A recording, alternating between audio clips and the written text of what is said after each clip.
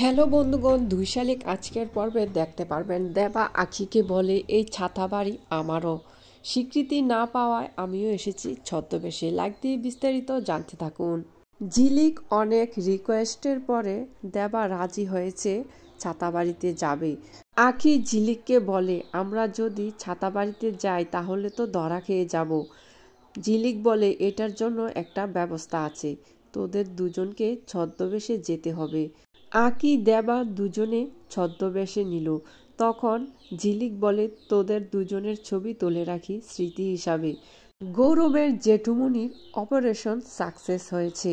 গৌরবের জেঠুমনি বলল চলো এখন আমরা বাড়ি চলে যাই, রাত্রে দেখা করতে দিবে না, আমরা গিয়ে দেখি ছাতা কোম্পানির কি অবস্থা হয়েছে।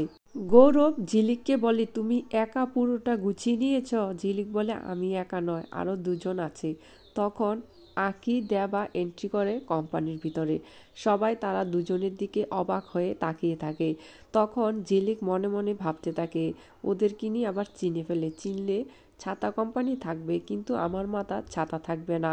এমন সময় গৌরবের মা আঁখি বলে ডাক দিল, দুজনে একসাথে সাড়া দিল। তখন সবাই অবাক হয়ে দুজনের দিকে তাকিয়ে থাকলো। ঝিলিক এই জায়গায় চালাকি করে কথাটা কাটিয়ে নিল।